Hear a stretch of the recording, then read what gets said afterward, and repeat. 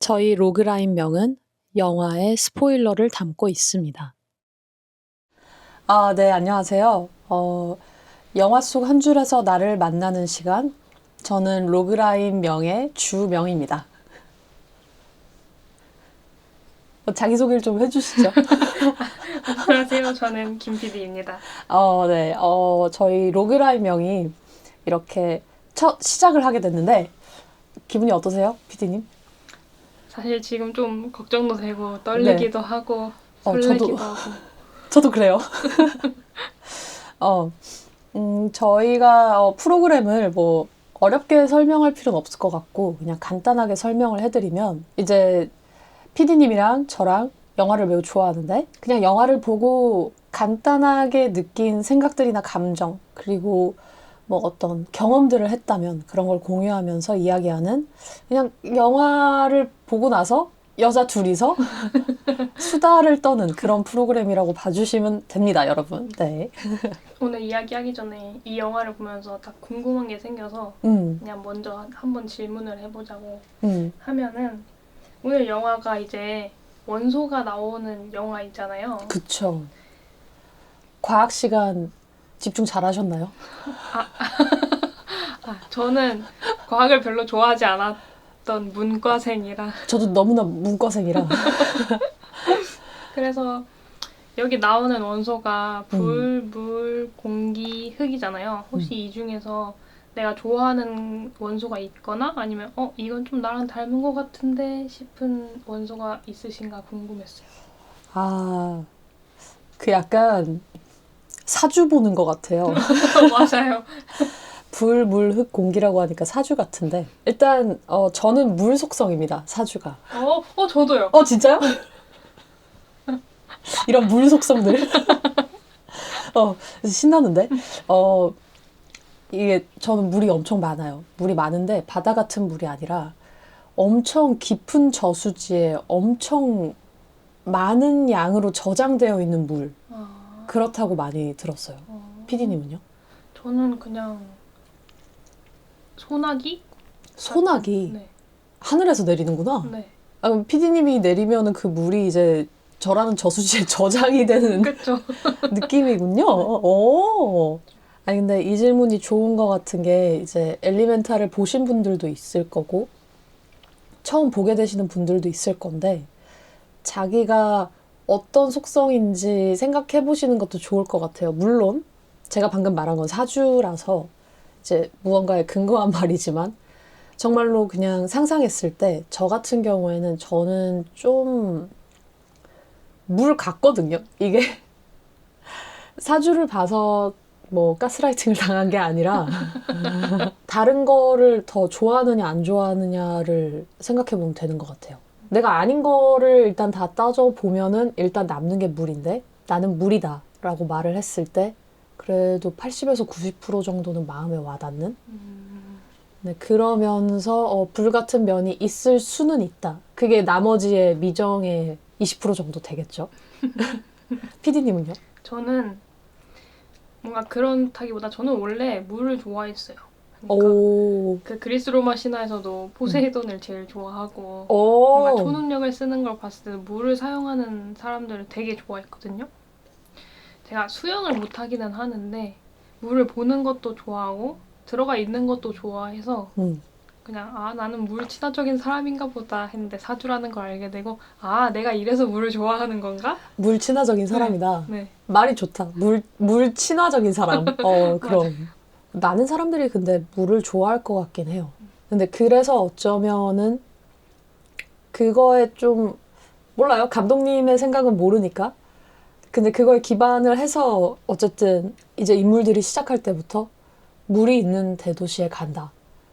그러니까 물이 더 많은 세계. 그게 그래서 쉽게 받아들여졌던 것 같아요. 물이 다수인 세계. 그러면 슬슬 영화 얘기로 넘어가는 것 같은데 영화 소개 한번 해주실 수 있을까요? 네. 오늘의 영화는 픽사의 엘리멘탈입니다. 이거 막 이런 거 하면 여기에 넣으실 거예요? 노력해 볼게요. 엘리멘탈. 넣어주세요. 엘리멘탈. 많은 분들이 이미 보셨을 거라고 생각해요. 국내에서도 인기가 많았던 영화인데 엘리멘탈 같은 경우에는 나오자마자 보셨나요? 네, 저 영화관에서 봤었어요. 저도요. 스토리는 일단은 방금 앞에서 말씀드린 물이랑 불이랑 흙이랑 공기 이 네 가지 원소들이 함께 살아나가는 도시가 엘리멘트 시티인데 그 영어로 이제 element라고 하면은 그게 이미 원소라서 이제 원소 도시라고 보는 거고 그걸 배경으로 하고 있는 영화인데 주 내용은 시작부터는 그 대도시에 불 가족이 이민을 가요. 이민을 가서 거기에서 정착하고 살아나가면서 여러 가지 일들을 겪고 그 일들을 겪으면서 우리가 이 도시에서 살아가는 이 원소들의 모습을 우리들의 모습하고 많이 비유하면서 볼 수 있도록 만들어진 영화라고 보면 되거든요.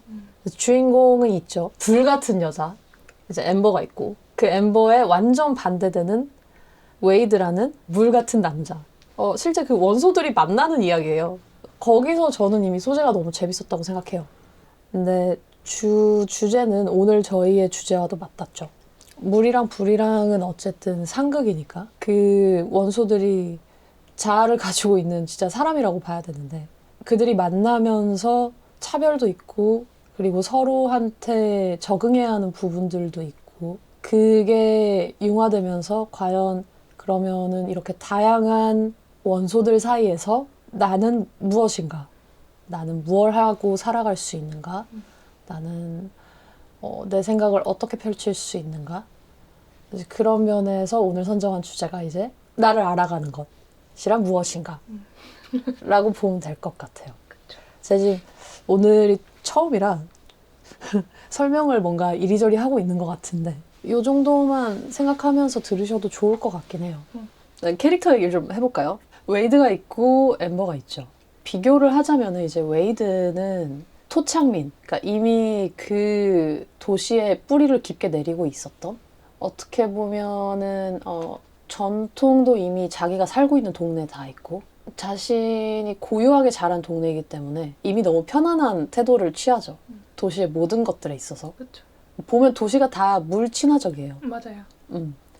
그런 환경과 감정을 매우 전면으로 내세우는 그런 인물이기 때문에 그냥 톡 하면 자기가 원하는 생각, 원하는 감정대로 다 표현을 하니까 모든 걸 가지고 산 그런 남자아이인데 이제 엠버 같은 경우에는 불안정적이고 이주민이고 적응해야 될 게 너무 많고 자라면서 자신을 공격하는 게 너무 많았기 때문에 저는 이 인물을 보면서 불안정적이라고 느낀 게 겁이 좀 있거든요. 두려움이 있어요. 그 두려움을 이제 기반으로 아빠한테 본인의 꿈을 솔직하게 말하지 못하는 부분도 있고 웨이드한테 자기 감정을 솔직하게 표현하지 못하는 부분도 있고 근데 이걸 연애 감정으로 생각해서 우리가 보면 웨이드가 만약에 엠버가 자기의 배경과 더 가깝다고 느낄 만한 그런 배경을 똑같이 갖고 있었더라면 이 불안정한 상태에서 이 두려운 상태, 겁이 많은 상태, 뭔가 좀 조바심도 있고 헤지턴트한 그런 상태에서 온전히 기댈 수 있었을까? 또 생각해 보면 좋을 것 같아요. 엠버에 있어서 제일 공감됐던 부분이 뭐예요? 자꾸 자기의 한계를 정하는 거가 저는 공감이 많이 됐어요. 자신의 한계를 자기가 정하는 게. 그러니까 나는 내가 원하는 일을 하러 갈 수 없어. 라는 한계. 나는 이 가게를 벗어날 수 없어. 라는 한계. 이 가족 안에서만 있어야 된다. 라는 계속 그런 한계의 선을 긋는 게 저랑 좀 닮았다고 느끼는 게 저도 뭔가 잘한다 칭찬을 받아서 좋아 나 잘하는구나 하다가 어느 순간 뭔가 꺾이는 순간이 오면은 난 여기까지인가 보다 하고 한계치의 선을 딱 그어버리고 웬만하면 벗어나려고 하지 않거든요. 저도 실패의 두려움이 좀 큰 편이어서 웬만하면 실패하지 않는 방향으로 가려고 하다 보니 어쩌면 그 모습이 엠버랑 많이 닮았구나 라는 생각을 했었던 것 같아요. 보면서도. 너무 공감해요.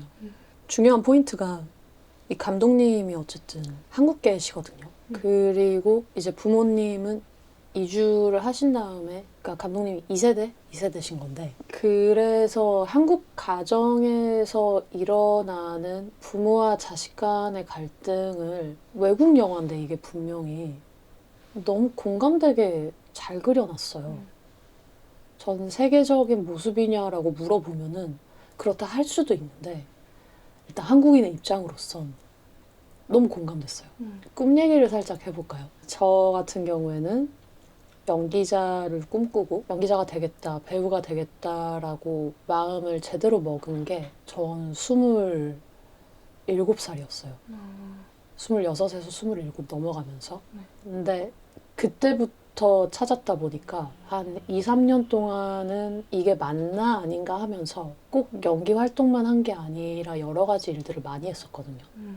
그럼 이제 주명의 26년 전의 삶은 무엇이었는가 하면은 방금 PD님이 얘기해 주셨던 그 삶 모든 것이었거든요. 부모님이 막 아니야 너는 너가 하고 싶은 걸 할 수 없어. 너는 우리가 시키는 대로 해. 라고 하신 건 절대 아니에요. 하지만 이건 은근한 압박이다. 목이 매네. 자라면서 공부를 많이 못한 것도 아니었고 이제 제가 초등학교부터 중학교 사이에 잠깐 해외 생활을 하면서 영어라는 장점을 얻고 한국에 돌아왔어요. 그렇게 돌아오고 나니까 당연히 부모님은 부모님의 상상을 가지고 있을 거 아니에요.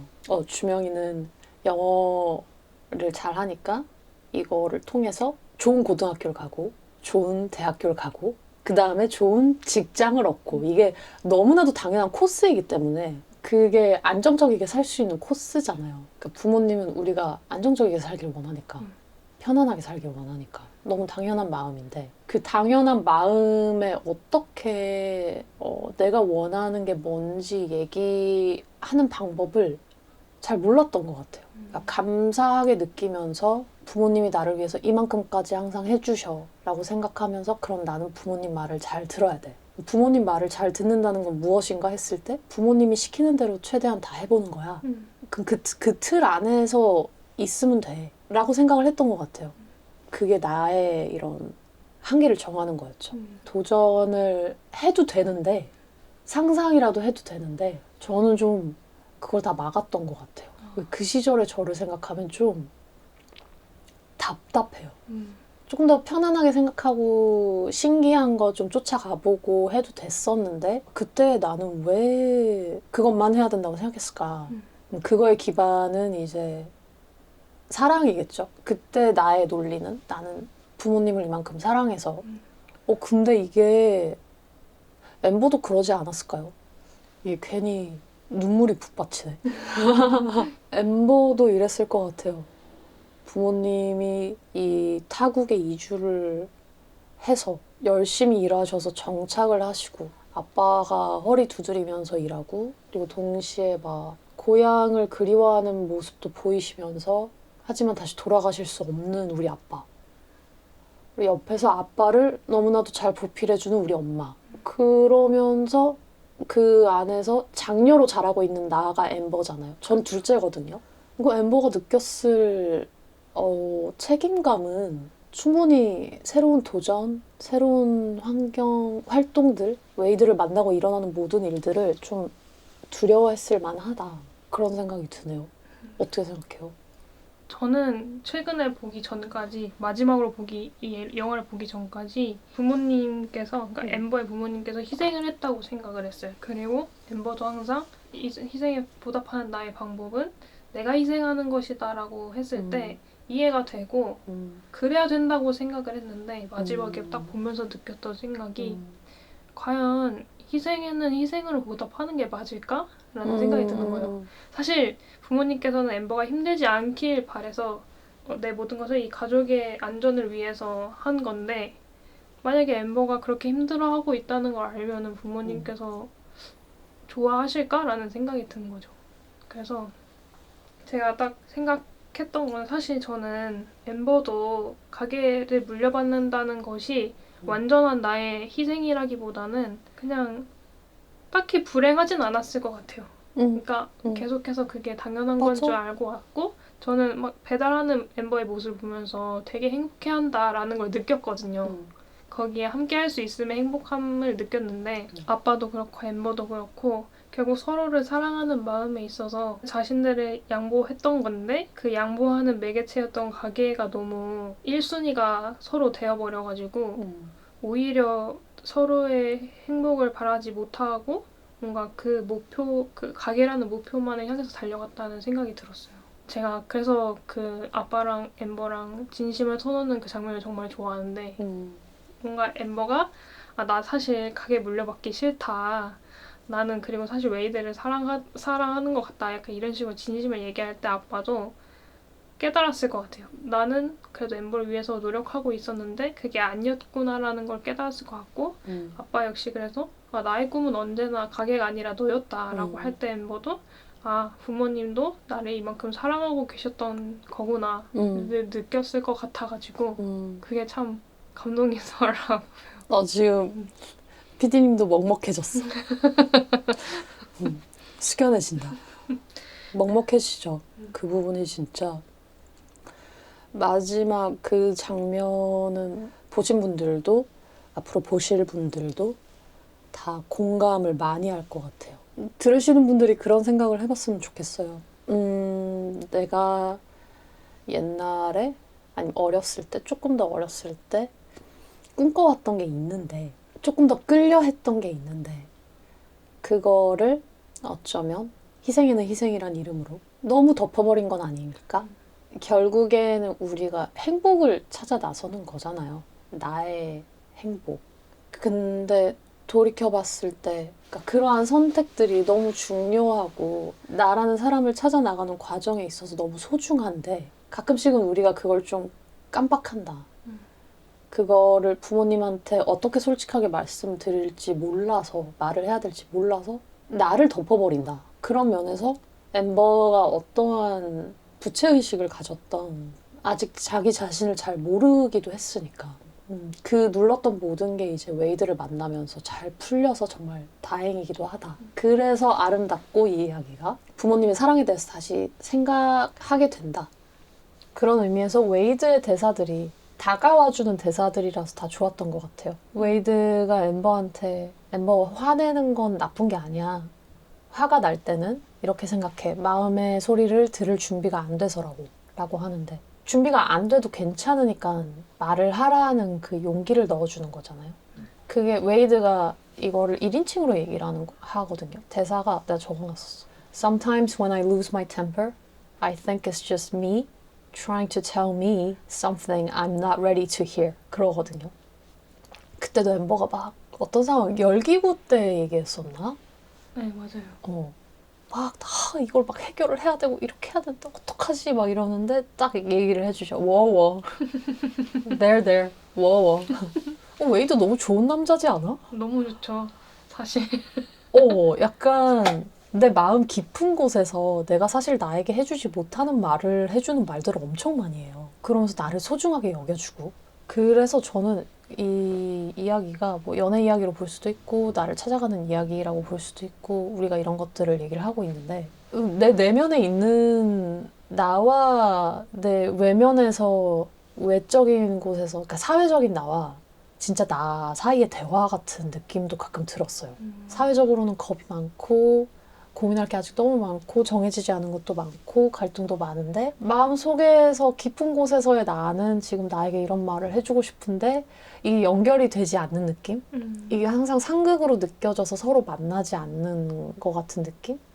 근데 이게 싹 만났을 때 웨이드랑 엠버가 그 손잡을 때 맞닿을 때 그 순간처럼 사라지지 않는다. 내가 없어지지 않아. 융화가 돼. 그랬어요. 근데 신기한 게 그게 제가 찾아보다가 봤는데 그 물이랑 불이 만나서 그 증기가 생기는 게 실제 과학에 맞아. 있는 거더라고요. 맞아. 저 그래서 그거 보고 너무 충격받아서 "헉! 이게 진짜 있는 거구나. 충격받았어. 네. 저는 그냥 그 픽사 사람들이 아 이렇게 해서 수증기를 만나면 정말 좋지 않을까 해가지고 그냥 꾸며낸 그것도 상상의 일종의 하나인 줄 알았는데 실제로 있는 그 이론이라 그래가지고 정말 과학적인 근거를 찾아가지고 이렇게 만들다니 대단해. 맞아. 어느 정도는 있어. 너무 신기해. 그거 이름이 있었는데 까먹었어. 제가 알아왔어요. 라이덴 프로스트 효과라고. 너무 충격이어서 메모까지 해왔어. 라이덴 프로스트 효과. 네. 너무 신기했어요. 그건 정말로. 아, 너무 웃기네. 저는 사실 왜 엠버가 맨 처음에 얘기했던 것처럼 답답한 면을 보여주는 게 계속해서 자신을 한계 짓고 이뤄질 수 없어, 어울릴 수 없어 라고 하는 게 그냥 나는 불이니까 그리고 아빠가 그러니까 나도 그래야 돼 라는 생각 때문에 라고 생각을 했거든요. 그래서 마지막에 웨이드랑 그 손잡고 나서도 아빠 생각하면서 우리는 물과 불이라서 이뤄질 수 없어 하면서 계속 선을 긋잖아요. 저는 사실 이해가 안 됐거든요. 함께 할 수 있음을 깨달았음에도 불구하고 왜 계속해서 선을 그을까라고 생각을 했는데 그게 부모님을 위해서도 있지만 제가 그 엘리멘탈 다큐도 봤어요. 그걸 보니까 그 감독님이 말씀하시기를 자기도 어렸을 때 어딘가에 부모님과 놀러 갔을 때 너네 나라로 꺼지라고 막 그런 소리를 들었는데 거기에 대해서 아버지가 굉장히 화를 냈다. 이렇게 얘기를 하면서 근데 사실 어린 나이가 그게 막 혐오고 무시하는 발언임을 어떻게 알겠냐. 그냥 어렸던 내가 이렇게 느끼기로는 아, 저 사람들은 그냥 내가 여기 있는 게 싫은가 보다라고 당연히 받아들일 수밖에 없었다라는 얘기를 하는데 그걸 딱 들으면서 든 생각이 비비스테리아를 보러 갔을 때 엠버가 딱 생각이 나더라고요. 그러면서 아, 엠버도 저 사람들이 나를 싫어하는 게 당연하고 내가 여기에 어울리지 않다는 걸 당연하게 생각하면서 살아왔겠구나. 그렇기에 웨이드가 계속해서 다가왔을 때 그게 어쨌든 엠버의 내면의 가치관으로서 딱 자리를 잡아버리니까 절대 이루어질 수 없다는 생각이 계속해서 들 수밖에 없었겠구나라는 게 생각이 들더라고요. 그래서 되게 엠버의 어린 시절이 좀 마음이 아팠어요. 그런 게 어쩔 수 없이 당연해졌다는 게 참 마음이 아프고 그래서인지 그 다른 원소들의 힘을 빌려서 비비스테리아를 보러 간 엠버가 조금 더 아름답게 느껴지더라고요. 아, 드디어 비비스테리아가 어찌 보면 어렸을 때 꿈이자 뭔가 한계를 상징을 했는데 그 한계를 뚫고 나와서 진정 원하는 꿈으로서 이제 탈바꿈이 됐구나라는 게 딱 그려지니까 되게 아름답게 느껴졌던 것 같아요. 그 장면이. 인종차별 당한 경험 있어요? 저는 없어요. 외국 여행 가서나? 전 한 번도 없었어요. 제가 어렸을 때 유럽에서 살았어요. 유럽 쪽? 어느 나라인지는 말을 안 할게요. 유럽 쪽에 살았는데 저는 당한 경험이 있어요. 초등학교 5학년 그리고 아마 초등학교 6학년. 근데 여러 가지 이야기들이 있지만 지금 그냥 어른 돼서 생각했을 땐 극심한 수준은 아니었어 라고 얘기를 하는데 그 당시에는 이해를 잘 못했었거든요. 여러 가지 경험 중 하나가 한인 슈퍼에서 쌀을 사가지고 집에 왔어요. 그리고 트렁크에서 이제 쌀 포대를 내리고 부모님이랑 같이 장을 보고 나 좋아하는 과자도 하나 사고 집에 돌아왔는데 부모님이 트렁크에서 쌀 포대를 우리가 2포대인가 샀는데 그거를 바닥에 하나를 내려놓고 하나를 들고는 그 내려놓은 거를 가져오는 걸 깜빡하신 거예요. 근데 차가 집 코앞에 대져 있었거든요. 그러니까 그냥 차가 있고 트렁크 쪽에 쌀 포대가 있고 그리고 우리 집이 이쪽에 바로 앞에 있었는데 그날 되게 이상했던 게 장 보고 나서 집에서 좀 있다가 나왔는데 동네에 온 사방 길거리에 쌀이 흩뿌려져 있는 거예요. 우리 집 앞에 길 그리고 우리 주택가였기 때문에 그 옆쪽 길 이렇게 다 쌀이 막 흩뿌려져 있어요. 나와서 놀러 나와가지고 뭐지? 이러고 있는데 갑자기 이제 그 나라 친구들이 자전거를 타고 쑥 돌아다니면서 손에 쌀을 쥐고 있더라고요. 그 친구들이. 쌀을 팍 이렇게 뿌리면서 깨르륵 깨르륵 하면서 막 뿌리면서 가요. 그 친구들 나이대가 고등학생쯤이었던 것 같아요. 근데 난 그래서 뭐지? 이 나라에 뭐 쌀을 뿌리는 그런 날이 있나? 뭘까? 그냥 그러고 있었는데 그러고 나서 알게 된 거예요. 쌀 포대 하나 내린 거를 집에 안 들고 들어왔다는 걸. 근데 그 동네에서 동양인 가족이 저희밖에 없었거든요. 진짜 근처에 다 봤을 때, 등교하면서 봤을 때도 다 어쨌든 동양인 가족은 없었어요. 그래서 이 친구들이 우리 집 버려져 있다고 생각을 하고 되게 창의적인 사람들이구나. 그거를 가져다가 이걸 뿌릴 생각을 하네? 그냥 그 정도로 넘겼는데, 근데 진짜 마음속 깊이는 그게 되게 이상한 방법의 무시였다는 걸 알았던 것 같아요. 근데 상처받기 싫어서 이런 장난을 치는구나. 장난이구나. 라고 생각을 했던 것 같아요. 그러니까 이 차별이란 게 방금 얘기한 것처럼 표정이 너무 안 좋아지셨다. 어떡하지? 아니, 기분 나쁘잖아요. 기분이 나쁘죠. 몇 가지 이야기가 더 있긴 한데 그나마 제일 좀 신기반기하고 마일드한 걸로 얘기해 드린 거예요. 그런 경험들이 있어요. 엠버가 겪은 차별은 근데 좀 더 가시적이고 대놓고잖아요. 너희 사람들은 안 돼. 여기 못 들어가. 근데 그 이유가 불이 들어가면 탈 수도 있어. 라는 자기들만의 어떠한 정당한 이유를 내세워서 그렇게 무시를 하는데, 동양인 가족이 해외에 갔을 때 너무나 잘 느끼게 어쩔 수 없이 경험하게 되는 그런 일일 거예요. 근데 그렇다고 서양 쪽에서 동양권으로 여행을 왔거나 했을 때 같은 일이 안 일어난다고 얘기할 수 없어요. 그것은 트라우마이고 그것이 힐링 받는 과정이 말씀해 주신 것처럼 그렇게라도 힐링을 받을 수 있다면 엠버가 거의 목숨을 걸고 그 비비스테리아를 보러 들어가는 거거든요. 자기의 트라우마를 마주함으로써 그게 그렇게 아름답게 꽃이 피는 거를 통해서 치유를 받았다는 거. 이주를 하셨거나 아니면 해외에서 그런 경험이 있으셨거나 하는 분들이 너무 많이 공감을 할 수 있는 장면이라고 생각해요.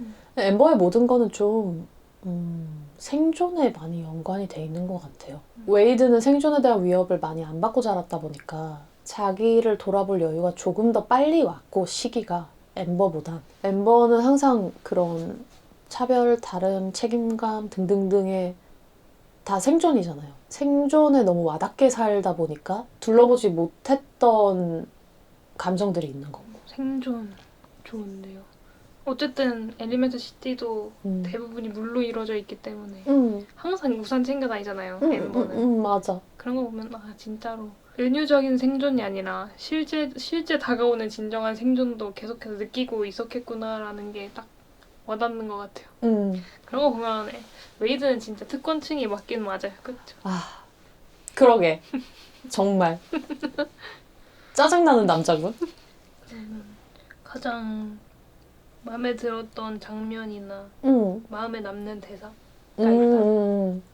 두 가지 정도가 있는데, 웨이드 대사에서 하나를 꼽자면 웨이드가 그 눈물 대결을 할 때 When I met you, I thought I was drowning. 내가 널 처음 만났을 때 나는 물에 이렇게 잠기는 듯한 기분이었어. But that light inside you, 하지만 너 안에 있는 빛이 has made me feel so alive. 내가 너무 살아있다고 느끼게 해줬어. And all I want now, 그래서 내가 지금 원하는 거는, 지금 당장 원하는 거는 is to be near it. 그 곁에 있는 거야. 그것은 바로 near you, 네 곁에 있는 거고 together, 같이. 너무 너무 좋아. 이 비유들이 너무 좋아요.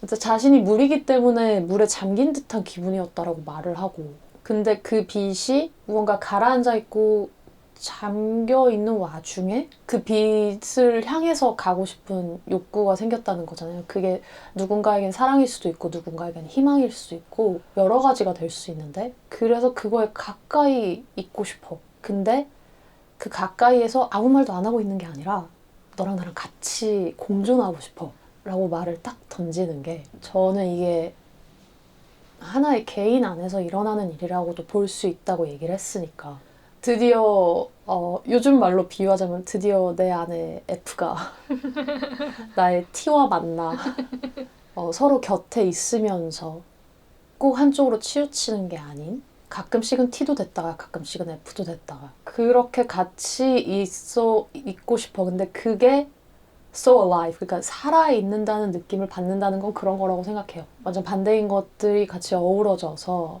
그 안에 여러 가지 감정들이 흐르고 드라마가 흐르면서 공존하는 거. 그래서 이 대사가 좋았고 두 번째 대사는 되게 짧아요. 짧은데 엠버의 대사예요. 엠버가 매번 주문처럼 하는 말이거든요. Take a breath, make connection. 숨 좀 쉬고 연결점을 찾아. 연결점을 찾으라는 건 이제 이해해보자.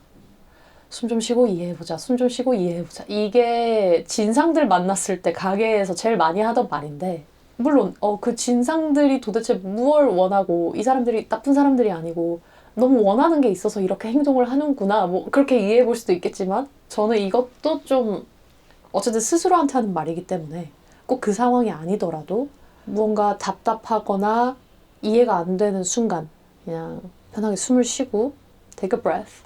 그리고 이거에 대해서 불편하게 느끼는 나를 이해해보자. 아, 나는 지금 이 순간에 이거에 대해서 불편함을 느끼고 있구나. 그러면 나는 이거를 편하게 여기는구나. 불편하게 여기는구나. 나는 이거를 좋아하는구나. 아니면 싫어하는구나. 나는 이걸 피하려고 하는구나. 나는 이거를 받아들이려고 하는구나. 이걸 이해할 수 있잖아요. 이게 선택의 기로에 섰을 때도 가끔 성급하게 빠르게 아니면은 무언가 그냥 사회적으로 그렇게 해야 될 것 같아서 결정들을 내릴 때가 많은데 이 말 한마디만 자꾸 좀 되뇌어주면 take a breath 그냥 숨 한번 쉬고 make connection 내가 어떻게 받아들이는지 다시 한번 이해해보자. 이 태도가 나는 이걸 통해서 엠버는 막 파이어볼 날리고 다 태우고 또 정리하고 하면서 그 과정을 다 겪거든요. 그러니까 그 과정도 다 있어야 되지만은 이걸 좀 마음속에 좀 새기고 있으면은 내가 당황스러운 일이 생겼을 때 탈출구가 될 수 있는 주문이 아닐까? 그래서 웨이드의 대사들은 참 감명 깊고 너무 감동적인 게 많아요. 근데 일단은 내가 엠버에 공감을 한다면 엠버에 공감을 많이 하고 있고 엠버의 입장의 말들을 좀 잘 이해해보면 좋지 않을까? 그런 의미에서 이 두 개 대사 중에서는 저는 엠버의 이 대사가 나의 이 영화의 명대사다. 너무 필요하다. 현대인들에게도 너무 필요하다 이건. 한국인들에게도 필요하고 이런 상황을 겪고 있는 사람들한테 너무 필요해요. 숨 좀 쉬고 살자. 숨 좀 쉬고 연결해보자. 피디님은요?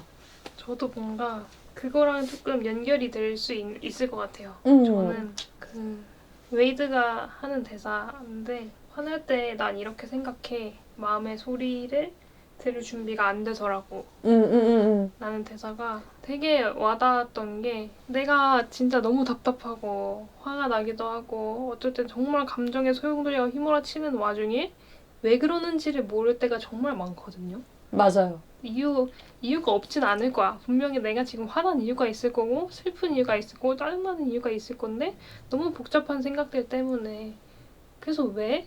라고 질문을 했을 때 나도 모르겠어라는 대답이 나올 때가 정말 많거든요. 근데 딱 이 대사를 들을 때 아, 내가 아직 나를 알 생각을 못했던 걸까? 너무 내가 주변에 바쁘게 흘러가는 모든 것들에 휩쓸리다 보니 내가 내 스스로의 감정도 못 알아차릴 만큼 너무 나한테 무심했나라는 생각이 드는 거예요. 이 대사로. 이거 어쩌면은 결국 나를 알아야 한다는 이유가 되는 대사라고나 할까? 그래서 take breath, make connection. 그것도 결국 숨 한번 들이키고 연결점을 한번 찾아보라는 것도 정말 바쁘게 흘러가고 뭐 한 그런 모든 상황 속에서 그냥 잠깐 멈추고 너와 너의 감정의 연결점, 너와 주변 사람들에 대한 연결점을 한번 찾아보고 거기서 이해를 해보고 나를 알아가고 그 상대방을 알아가면서 한번 그렇게 하면은 좀 더 편안해질 거다라는 뜻인 것 같아가지고 어쩌면 일맥상통한 대사지 않을까 이메일 사투가 의미지 않을까라는 생각이 드는 것 같아요. 그래서 저는 이 대사가 좀 평소에도 많이 생각이 날 것 같아요. 내가 감정이 격해져 있을 때 그래, 내 마음의 소리를 한번 들여다보자. 잠깐 멈춰서 심호흡하면서 내가 지금 어떤 기분일까. 그거에 우리 둘 다 공감을 많이 하고 있네요. 네. 정말 이 말대로만 형상화했을 땐 뭔가 당황스러운 일이 일어났어? 그랬을 때 그거에 대해서 너 어떻게 생각하는지 얘기하는 사람과 아니면 당황스러운 일이 일어나서 뭐야? 하고 뭐 하자는 거예요? 하고 바로 나오는 사람들 있잖아요. 네. 아니 이게 제가 지금 이렇게 했는데 이거 무슨 말이에요? 하면서 그건 말이 안 되는 거죠. 지금 나한테 이렇게 행동해서는 안 돼요. 뭐 이렇게 얘기하는 사람들이 있잖아요.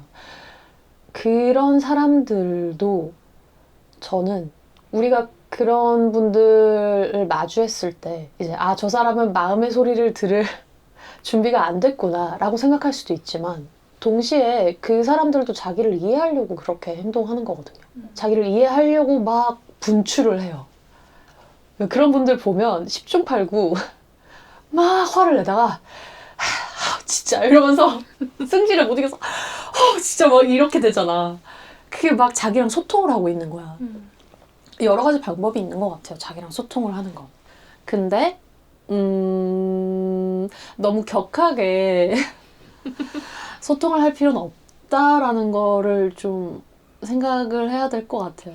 그래서 일상에 아주 사소하게 조금 화가 나는 부분들이 있더라도 지금 이거 들으시는 분들도 방금 PD님이 말씀하신 것처럼 그리고 제가 얘기한 것처럼 이 상태를 좀 라이트하게 받아들이는 태도 좀 유쾌하게 내가 아직 준비가 안 됐구나 그래 준비가 안 됐네 하면서 그럼 준비가 안 됐으면 숨을 한번 쉬어볼까?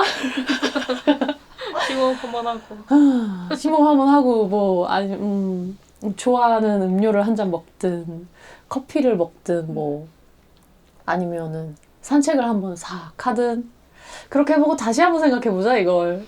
근데 그럴 시간이 사실 없죠. 일하다 보면 너무 잘 알아요. 맞아요. 근데 그거를 조금이라도 추구하려는 낙관적인 태도라고 해야 되나요? 이걸 뭐라 해야 될까요? 긍정적인 마인드? 긍정적인 마인드? positive mind? 이거를 가져보자. 자기만의 주문을 찾는 것도 참 중요한 것 같아요. 이게 지금 일상의 주문을 찾는 것과도 같은 건데 나를 찾아가는 과정에선 내가 나한테 어느 순간에 해줄 수 있는 주문이 필요하다. 그거를 당장 스스로가 생각을 하지 못하겠으면은 엠버의 말을 빌려보던지 웨이드의 말을 빌려보면은 좋을 것 같다. 가 오늘의 결론. 그게 결론. 그래서 자 오늘을 마무리하면서 어쨌든 저희가 로그라인 명이잖아요. 그러니까 그게 로그라인 명은 정도의 문장으로 생각해 주시면 좋을 것 같은데 오늘의 로그라인 명은 내가 써보는 내가 느낀 이 영화를 보고 나서의 로그라인. PD님은 어떻게 써보실 것 같아요? 저는 좀 고민을 해볼게요. 그래요? 먼저 해주세요. 로그라인명 고민을 해볼게요. 저의 로그라인명은 영화의 대사를 인용을 해보고 싶어요. 이것도 영화에서 참 재미있는 대사 구다리가 있었는데 대사 부분이 있었는데 로그라인명 그 여름은 다시 돌아오지 않았다. 지금 들으시는 분들이 그런 대사가 언제 나왔지? 하실 수도 있는데 이 대사가 웨이드가 그 울음 참기 게임 할 때 엠버한테 했던 이야기거든요. 근데 웨이드는 이미 이걸 얘기를 하면서 울어요. 가족들도 막 되게 난리나. 엠버는 응? 이러고 있는데 이 이야기가 명확히 뭐였냐면 일단 그 여름은 다시 돌아오지 않았다는, 여름은 어떠한 열정을 불태우는 시간, 내가 무언가에 관심을 가지는 시간, 무언가와 확 타오르고 깊게 사랑에 빠진 시간, 이런 걸로 비유를 해서 생각한다면 이제 우리 인생에서 우리가 정말 무언가 좋아하고 사랑하고 하는 거를 고를 수 있는 시기가 찾아왔을 때 그걸 할까 말까 이런 고민들을 많이 하게 되잖아요. 근데 그럴 때 생각해 봐야 되는 건 숨 쉬고 자기에 대해서 고민을 하면서 이걸 내가 여름으로 받아들일 것인지를 생각해보면 좋을 것 같아요. 근데 그 여름도 다시 돌아오지 않는다는 것. 그러면 내가 선택을 내렸을 때 다시 돌아오지 않는다는 걸 아니까 내가 그 선택을 온전히 받아들여서 나를 이해해주고 넘어갈지 아니면은 내가 그 선택에 대해서 이해를 못하고 후회하면서 살아갈지 또 나의 선택이에요. 선택에 옳고 그름은 없거든요.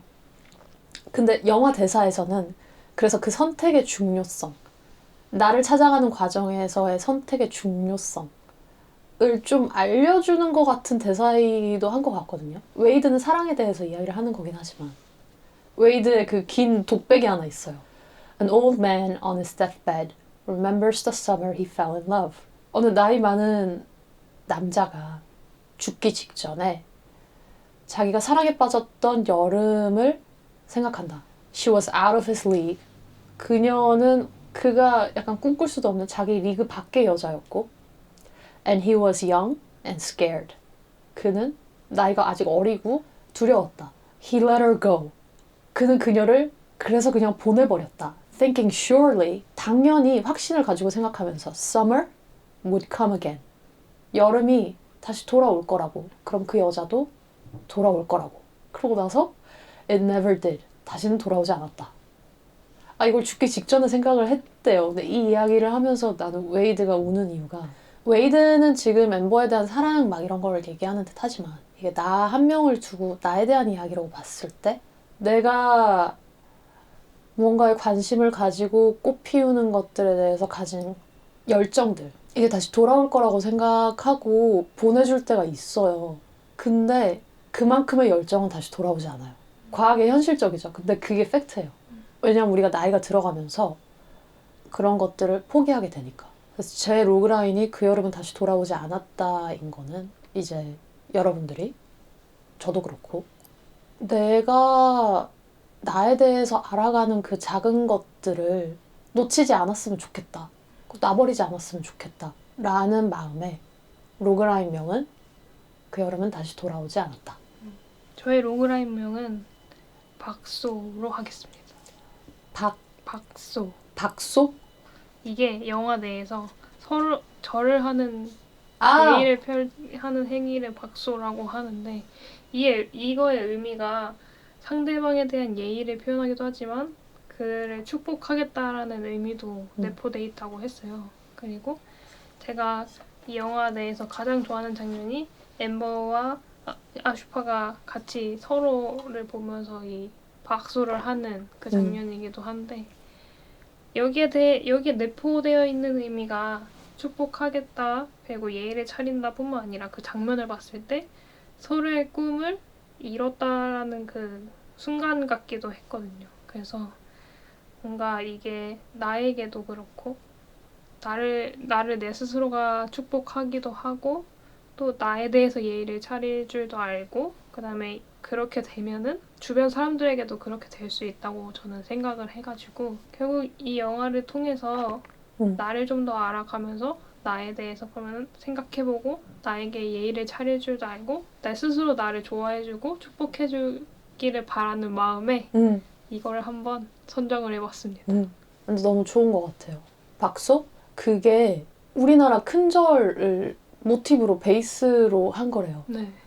감독님이 실제로 그 일화에 대한 이야기를 듣고 그걸 모티브로 삼아서 넣었다고 하셨거든요. 그래, 나에게 큰절을, 나의 부모님에게도 큰절을, 나를 이해해준 나에게도 큰절을. 이제 큰절 자주 안 하는데. 그쵸. 좀 설날에만 하는 것 같아요. 근데 설날에도 할 나이가 지났어요. 아. 세뱃돈을 받을 수도 없고 오히려 조카들한테 세뱃돈을 줘야 하는 입장이 돼가지고. 근데 이거 깜빡하고 있다가 이제 생각난 건데 이번에 맨 마지막에 봤을 때 엔딩 크레딧을 이거 적다가 저도 모르게 엔딩 크레딧을 봤는데 엔딩 크레딧에서도 애니메이션이 있더라고요. 있어요. 근데 그게 너무 아름다운 거예요. 그 특히 어떤 게 제일 마음에 남았냐면은 그러니까 버니한테 엠버가 보낸 그 유리 그거를 보고 막 눈에 되게 갖다 대면서 엄청 좋아하잖아요. 그거 보면서 눈물이 갑자기 막 나는 거예요. 드디어 엠버도 아슈파도 진짜 자기가 원하는 것을 이뤄낸 게 이 장면으로 딱 보이니까 너무 감동적이면서 내가 왜 이걸 못 봤지? 싶어가지고 그래서 아 진짜 너무 그냥 아름답고 아름다운 얘기다. 이렇게 엔딩 크레딧에까지 숨겨져 있을 줄은 몰랐는데 진짜 너무 좋다. 그냥 이렇게 느껴져가지고 그냥 이 얘기를 꼭 하고 싶었어요. 엔딩 크레딧을 꼭 봐라. 고마워요. 나 깜빡하고 있었어. 엔딩 크레딧까지 꼭 다 보시길. 그러니까 엘리먼트들이 그런 서로 원소가 달라도 융화될 수 있다는 맞아요. 게 갑자기 만연해지고 뭔가 특정한 이런 시대에서 다른 시대로 넘어간 듯한? 맞아요. 근데 그게 더 지금과 닮아 있다라는 거를 우리도 이제 좀 알고 인정해야 될 것 같아요. 뭔가 항상 차별이 있을 거고 뭔가 그래도 아직 다르고 아직 멀었다 이렇게 얘기하기도 하는데 긍정적이게 생각하자면은 융화되고 있다. 확실히. 그게 이제 피부로 와닿을 만큼 눈에 보일 만큼 있긴 있다. 좋아요. 그러면은 어땠어요? 뭔가 이렇게 일단 촬영을 저는 처음 해보는 거다 보니 살짝 부담도 되기도 하고 좀 긴장도 됐는데 그냥 제 얘기하면서 그냥 떠드니까 재밌었던 것 같아요. 뭔가 나의 얘기를 이렇게 길게 해볼 경험이 많이 없는데 재밌게 들어주셨으면 좋겠네요. PD님도 아이라. 맞아요. 저도 지금 제가 어떻게 떠들었는지 어떻게 말을 했는지 기억이 잘 안 나요. 아마 그리고 오늘이 지금 이게 첫 에피소드라 우리가 엘리멘탈을 좋아하는 마음이 이 작품을 재밌게 본 마음이 얼마나 전달됐을지 모르겠는데 이거를 조금이나마 이렇게 공유할 수 있었던 것만으로도 너무 즐거웠고 생각보다 제 얘기를 많이 한 것 같아요. 내 개인적인 이야기들을 어떡하지? 이러면서 근데 막 나왔어. 그래서 재밌네요. 그래서 뭐 보시는 분들도 기회가 되신다면 나 지금 카메라를 못 보겠어. 네. 기회가 되신다면 뭐 댓글로 뭐 저희의 이야기에 공감을 하셨을 수도 있고 다른 의견도 너무 좋고요. 아니면 자기만의 로그라인 이런 거 생각하셔서 같이 공유할 수 있으면 좋을 것 같아요. 맞아요. 그래서 많이 남겨주세요. 남겨주세요. 남겨주세요. 네. 남겨주세요. 그러면은 마무리를 하면서 이제 저희가 앞으로 어떤 영화들을 더 다뤄줬으면 좋겠다. 아니면 개인적으로 너무 좋아하는 영화에 대해서 또 이야기하는 거 듣고 싶어요 하는 거 있으면 남겨주세요. 네. 감사합니다. 감사합니다.